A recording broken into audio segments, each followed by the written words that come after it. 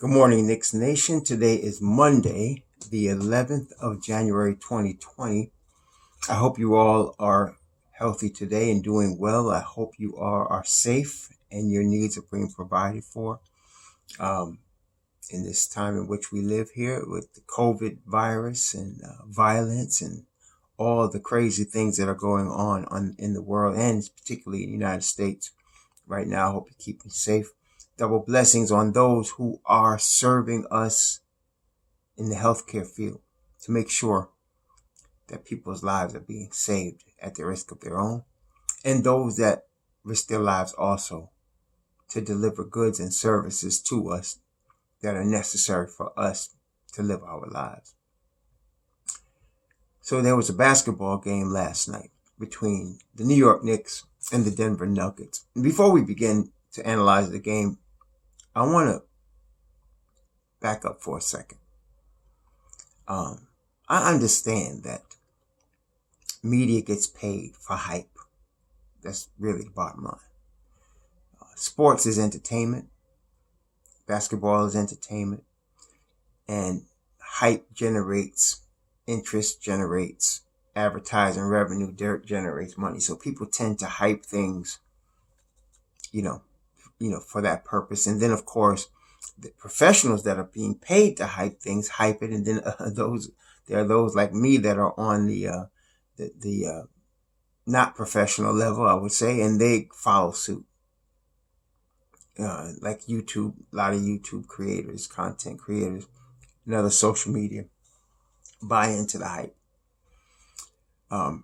But as a Knicks fan myself and Knicks Nation, I'm sure the goal is for the Knicks to win, right? The goal is for us to build a long-term sustainable winner. A long-term sustainable winner. This does not happen overnight. Okay? And if I was to tell you, I think in the beginning, as the year started, and I still stick with, that the Knicks should win 31 games this year out of 72. And I said there's a high probability they will outperform that. And I'm going to stick with that. If I was to tell you that at any time during the season, the Knicks were 500, which over the course of the season, which means 36 wins, I think people would be pretty happy with that. Well, guess what? After 10 games, the Knicks are 500. So we shouldn't be tripping about their record. So that means, you're going to win half your games, you're going to lose half your games, which I think for a developing team is an excellent record. Okay? And that's what the Knicks are. Let's not lose sight of the fact that we are developing. We are developing. Now, that being the case, let's talk about the nuances of the Knicks-Denver game and of the last two losses the Knicks had, basically. Oklahoma City and then on Friday and then Denver. In the NBA, the strong survive. And teams look for weaknesses in other teams and look to exploit those weaknesses. Okay? The New York Knicks are being built by Tom Thibodeau and crew as a defensive first team that plays gritty, hard defense and rebounds. What that does is no matter how much better your opponent is than you, it helps keep you in games to give you a shot to win.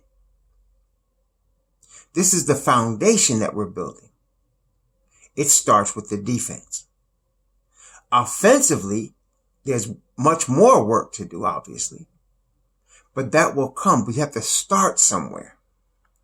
So offensively, what the Knicks are doing is running basic triangle sets and some pick and roll, and they're creating ball movement. That's the basic thing they're doing right now. And they're seeking to establish themselves defensively. Okay?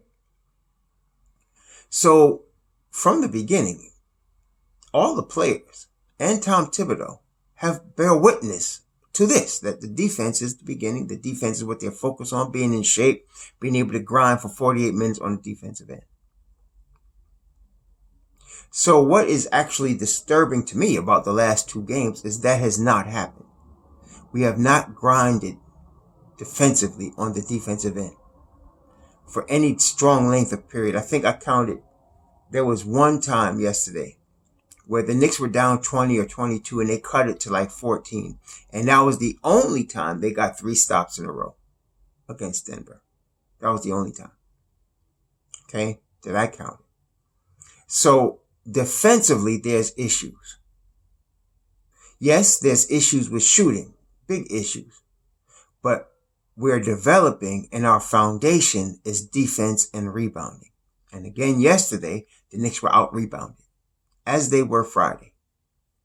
Okay? So they were out-rebounded, and they were not consistent, and they were not playing the type of defense they had been playing earlier, even last week, before the 2 losses they just suffered.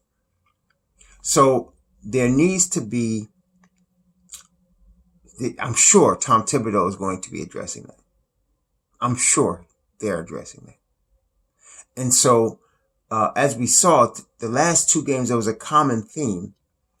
And generally, if you look back at the Chicago, especially the Chicago years that Thibodeau coached, not so much the Minnesota years, but the Chicago years. And I think he only coached in Minnesota for 2 years. But the Chicago years, the defense did not allow opposing guards to get into the key.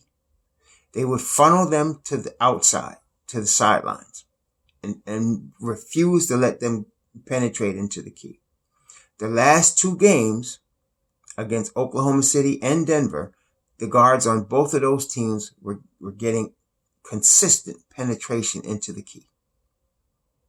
So now, on a team that's supposed to be built on defense, whose calling card and whose foundation as a developing team is defense, if that part of your defense is failing, your whole defense is failing. Okay? And with all the hype about quickly being the next Knick point guard, which I still believe he's going to be, he's failing defensively. Offensively, yesterday, he was out of control. In fact, let's just say he's playing like a rookie. Okay? He's playing like a rookie. And I saw Thibodeau get into him yesterday. I don't know what that means going forward. I'm going to make some suggestions in a moment. But that's what I noticed.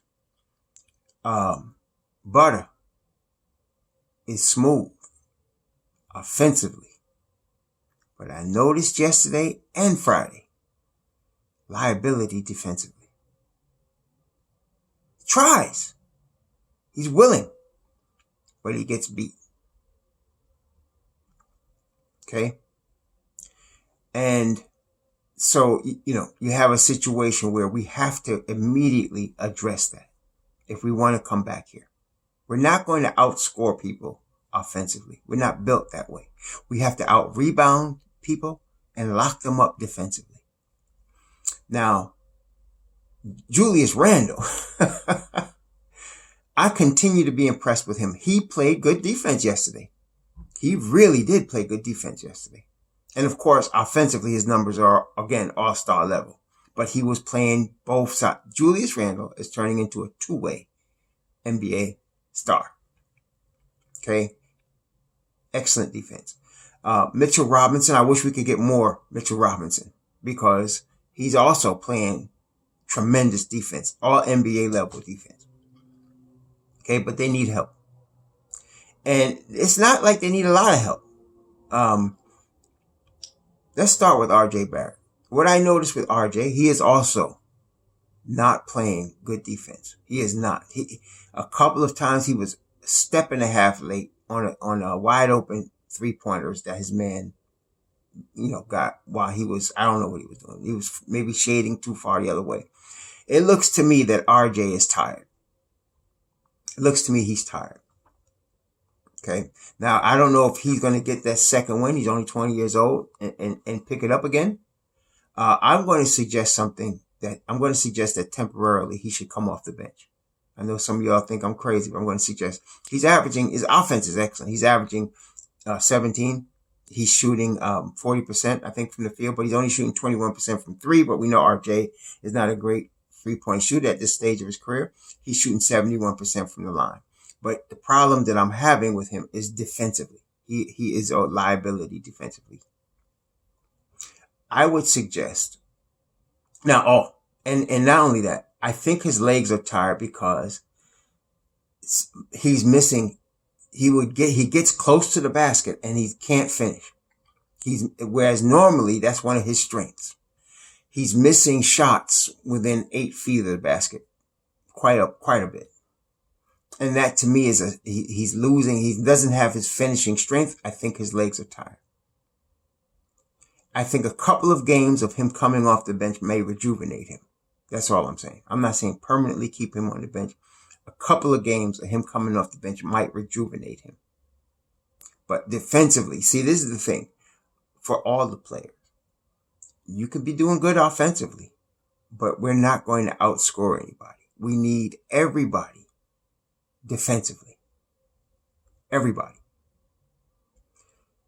I would suggest if it's between RJ and Butter, I would start Butter right now because he's a better shooter.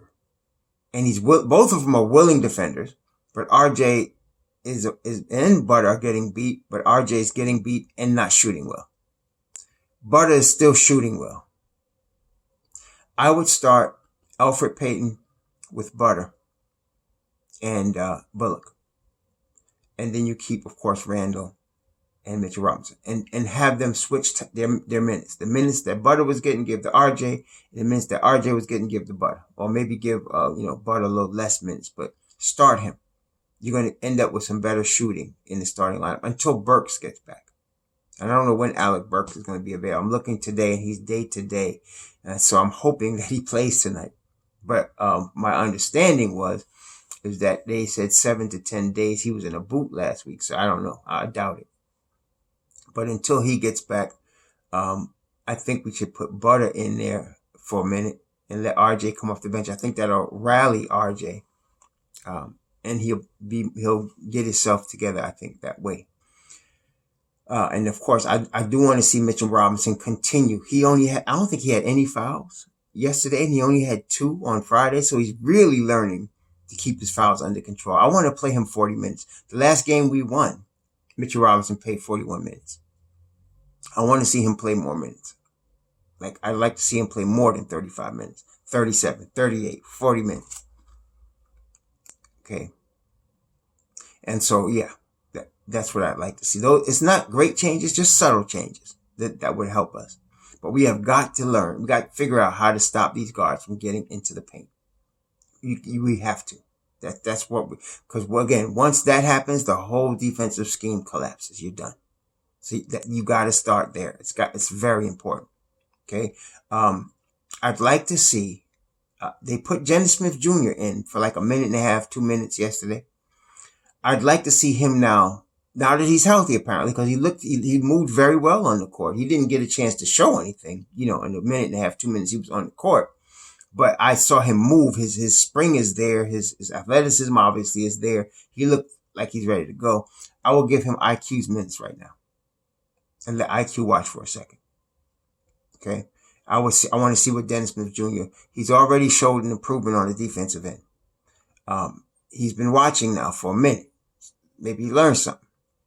So if it was me, and I'm not Thibodeau, so I don't know, I would start Butter, Bullock, Payton, Robinson, and of course, Julius Randle.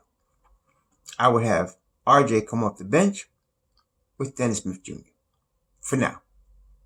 Not permanently, just for now. I want to see what this does. I think, and then you're going to play in Charlotte. That's where Dennis Smith Jr. is from. He's from North Carolina. I mean, not Charlotte, but North Carolina. So that, and he getting minutes, I think it's a good setting for him to show up and show out. So I would like to see that. But we have to do something about the defense. That's the major problem. Yes, they're not shooting well. But But our calling card has got to be our defense. If we're not playing defense, even if we're shooting well, we're going to lose. We're going to lose. We're not going to outscore anybody. We have to stop them defensively. And so I don't know what they're going to do. Like I said, like a lot of you said, which is true, I want to see what we're going to be like if we have our full contingent of players available. I don't see how Taj Gibson is going to help us because we're not having any problems in the front court. I mean, he can spell some minutes for Julius. Maybe that's what it is because Mitchell's playing really good. Noel's playing all right. I mean, we can't give Noel too many minutes because, he tries, but obviously to me, it's just very obvious that him and Mitchell Robinson are on two different levels. And while, Noel's an excellent backup five, I guess that's what I'm saying. He's not a starter. He's not better than Mitchell Robinson by any stretch of the imagination. So I like the five rotation we have. We have no problems there. And Julius obviously is playing at all-star level, so we have no problems there. So I'm guessing Taj is going to fill in, I guess, for Julius at the 4. Maybe. But we really need help with the backcourt defense. That's what we need. Peyton is still liability offensively. We know that. And there's another reason I was thinking we should start Butter because Peyton doesn't shoot and RJ doesn't shoot. But Peyton plays better defense than RJ right now. And so, yeah. And you got to keep Bullock in there because he's playing defense. You got to play defensive players now. And so, we'll see what happens, but that's what I would do. And I would give Dennis Smith Jr. tonight the minutes, whatever minutes IQ was getting is 15 minutes. I would give that to Dennis Smith Jr. tonight. I want to see what he's doing. I want to give it to him. I want to do this for a couple of games, like I said, and just see what's happening. See if it sparks us. That's what I would suggest. But I'm not going to panic because it's a long season. We're only 10 games in. We got 66 games to go, y'all. It's a long season. And a lot of things happening around the league. I mean, I think they postponed the Celtics game because of COVID. I know Jason Tatum tested positive. Yeah, there's a lot going on around the league. Yesterday, Bogdanovich for Atlanta broke his knee. I think he's done for the season. We already know that Dinwiddie's done for the season. Yeah, they had 1, 2, 3, 4, 5, 6, 7 players for Boston, COVID related, either medical protocol or just straight COVID-19. Tatum and Robert Williams tested positive. So they're out for 14 days. This COVID thing is really something. I mean, the league is trying its best, obviously, to protect the players. And New York is doing a tremendous job. The Knicks are doing a really good job of that. And hopefully they keep doing that. But this is a strange season, y'all. And it's a long season. So we need to be cool. We need to make subtle changes.